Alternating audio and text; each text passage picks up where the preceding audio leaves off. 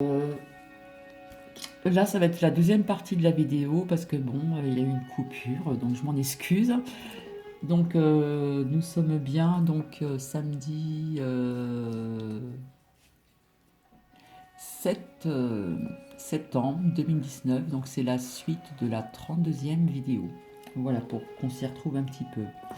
Donc, je continue. Alors, on parlait donc de cette nouvelle agression au couteau. Alors, comme je vous avais dit, bien souvent le matin, je mets BFM Télé. C'est pas la meilleure chaîne hein, parce qu'on dit un petit peu ce qu'on veut, mais bon, pour certaines choses, oui, quand même, hein. Par contre, maintenant, je suis amené à regarder d'autres chaînes plus intéressantes et où il y a certaines choses qu'on ne vous dit pas, bien sûr, hein. Euh, alors, on nous parlait d'un incident. Alors, je suis désolée, hein, donc dans une école primaire à Marseille, bien sûr, hein. Donc moi je ne suis pas d'accord hein, quand ils ont dit un accident. Moi je veux dire plutôt que c'était un acte d'agression, de vouloir tuer, hein. Je dirais donc que nous ne sommes pas à l'abri de nulle part, hein.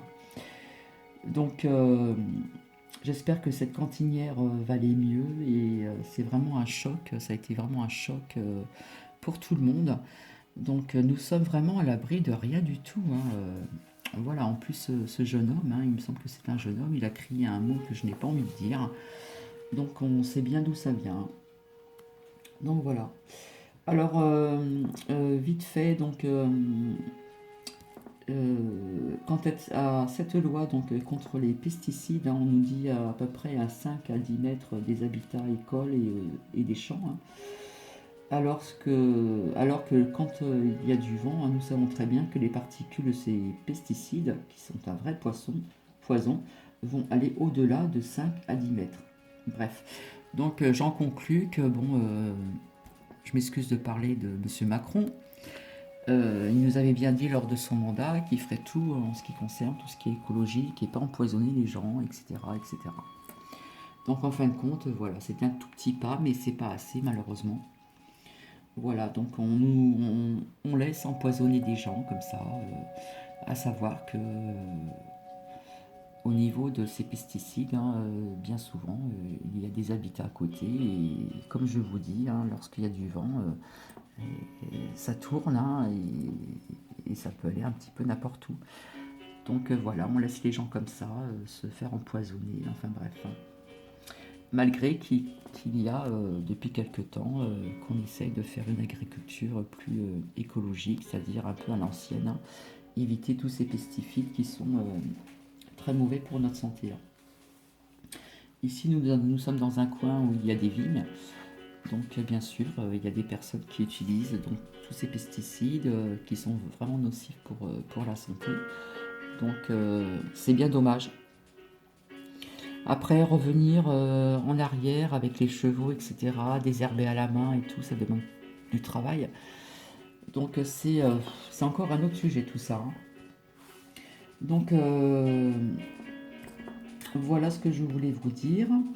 Euh, j'ai appris aussi qu'il y avait encore des nouveaux incendies dus à la sécheresse, bien sûr, mais des personnes qui les provoquent hein, également, hein. Donc attention aux personnes qui fument, ne pas jeter leurs mégots de cigarettes comme ça. Voilà, ou même quand vous vous trouvez sur une autoroute. Un exemple, je vais vous citer un exemple. Euh, Lors de mes vacances au mois de juillet, il me semble, voilà, c'était juste, comment dire, dans les Landes, vers Bordeaux, et en étant sur l'autoroute, la conductrice, donc j'étais pas toute seule, il y avait la conductrice à côté, et sur l'autoroute, nous avons vu des herbes très très sèches qui étaient en feu, hein. C'était en feu carrément, hein. Donc moi je trouve que c'est dû aux cigarettes. Pof, on jette nos mégots de cigarettes par la fenêtre de notre voiture et puis ça met le feu, hein. Donc il faut faire attention, hein. Comme je vous expliquais maintenant, il existe des petits cendriers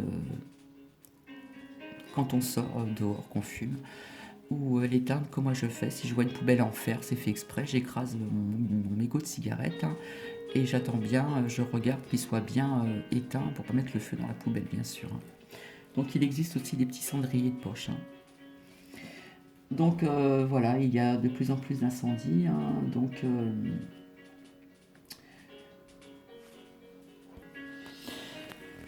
voilà, nous apercevons qu'il y a plus d'incendies, donc notamment en Hérault. Donc on a du mal à éteindre donc ces incendies vis-à-vis aussi du Mistral, etc. Donc c'est provoqué par des personnes aussi, hein, il n'y a pas que la sécheresse. Donc voilà, en ce qui concerne aussi le chaos, le résultat de la tornade d'Ariane, hein. Ça- Parfois il y en a qui disent Darion, d'autres d'Ariane. Donc dans l'archipel des Bahamas, hein. Bien sûr, bon, bah, c'est le chaos. Il y a des maisons détruites, des voitures, et puis il y a ces pauvres gens qui sont vraiment à la rue. J'ai entendu dire qu'on n'arrivait pas à leur donner tout ce qu'il fallait au niveau des vêtements, d'eau, pour manger, etc. Donc je plains vraiment ces gens. En plus, il y a eu quand même pas mal de décès, hein. Peut-être qu'il y en a plus et qu'on le découvrira après, parce qu'il y a peut-être des gens qu'on recherche et qu'on ne trouve pas tout de suite. Donc une pensée pour ces personnes-là. Voilà, parce que quand on se retrouve, bien sûr, ben, dans ce genre d'événement, c'est vraiment pas drôle du tout, hein. Donc bien sûr, ce sont les personnes les plus riches, hein, qui ont pu évacuer certainement cette île et aller se réfugier ailleurs. Je vais y arriver, excusez-moi. Voilà, donc on a toujours ce même système, pauvre entre guillemets et riche. Voilà. Euh, donc tout à l'heure je vous parlais donc des énergies, etc. Je vais vite revenir aussi sur le lapis lazuli.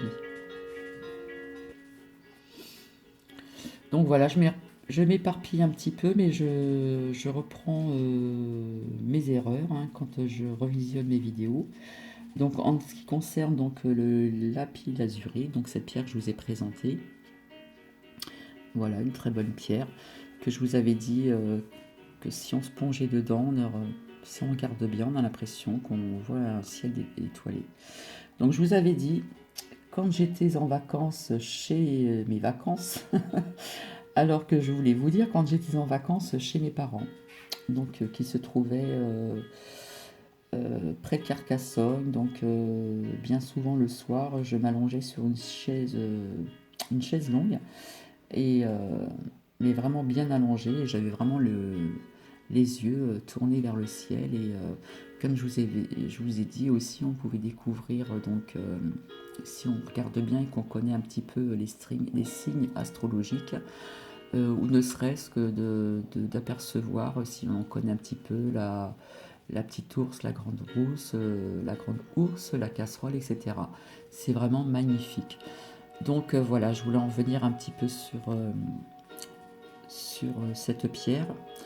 Donc cette pierre, je continue à la recharger sur la fleur de vie.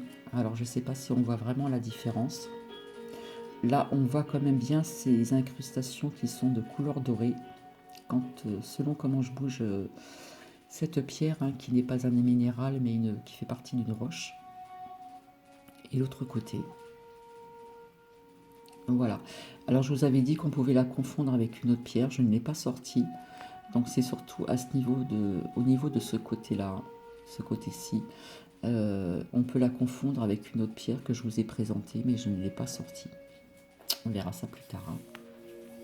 Donc voilà, je répare mon erreur. Et quand je dis que je m'allongeais pour regarder un ciel étoilé, je peux vous dire que déjà en région parisienne, j'avais 16 ans, j'avais souvent les yeux en l'air.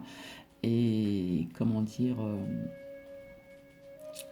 à cette période-là, euh, il n'y avait pas encore trop de pollution, c'était encore à peu près potable, on va dire. Donc les étoiles, on les voyait quand même, hein. Voilà. Et puis d'autres endroits, bien sûr, hein, comme le sud de la France, au niveau des Alpes-Maritimes, etc. Que ça soit également dans les Landes, on peut très bien voir de très belles étoiles, un très beau ciel étoilé.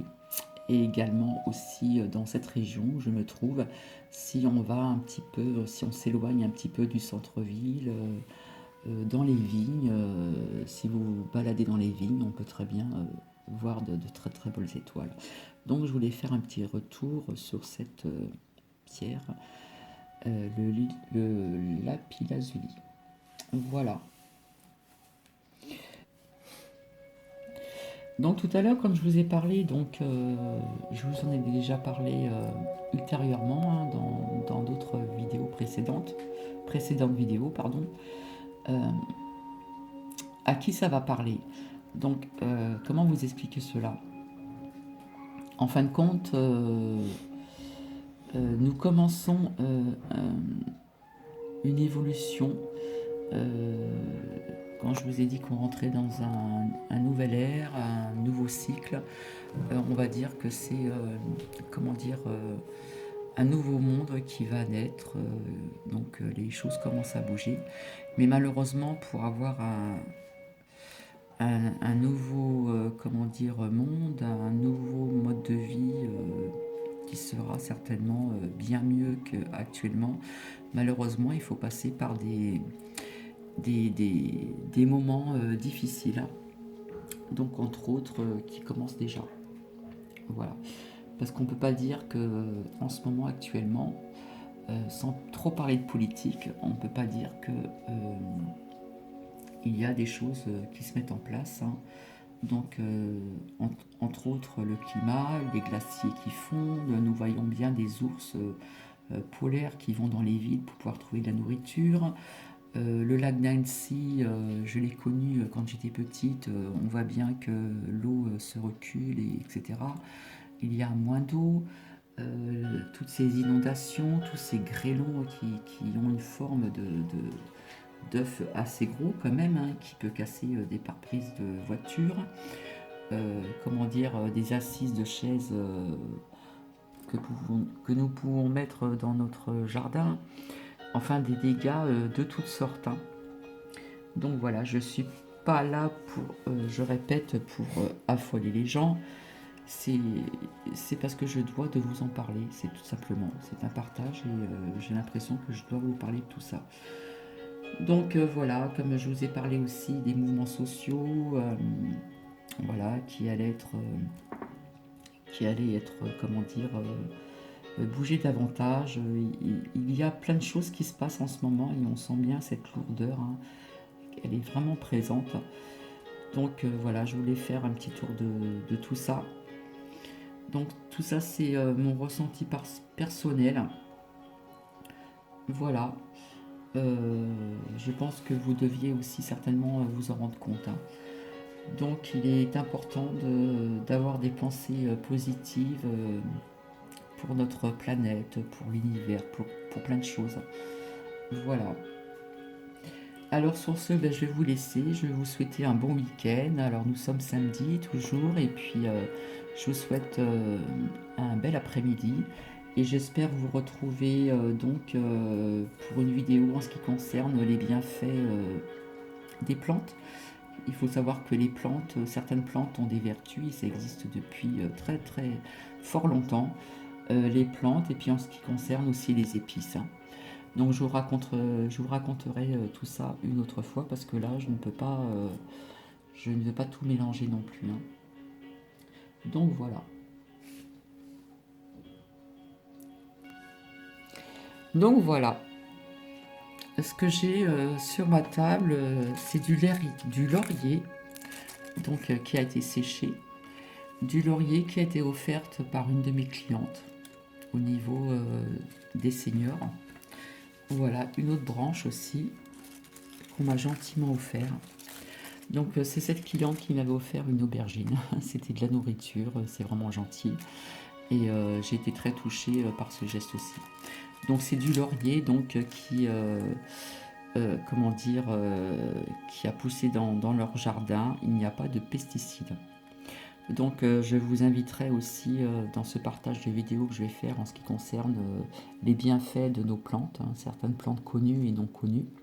On va commencer par les plantes les plus connues, bien sûr, hein, qui ont quand même des bienfaits au niveau médicinal, hein, on va dire, hein. ainsi que, comme je vous ai dit, des épices. Après, tout le monde n'aime pas certaines épices, mais il faut savoir qu'il y a quand même des bienfaits dans tout cela. Donc voilà, je vais arrêter cette vidéo en espérant que cela vous a plu. Et je vous souhaite un très très bon week-end et je vous dis à très très bientôt. Je vous fais des bisous. Et si ça vous a plu, un petit like, un petit pouce bleu, ça me ferait vraiment plaisir pour m'encourager de continuer sur ce chemin-là. Voilà, des bisous à tout le monde et profitez bien de votre week-end. Allez, au revoir.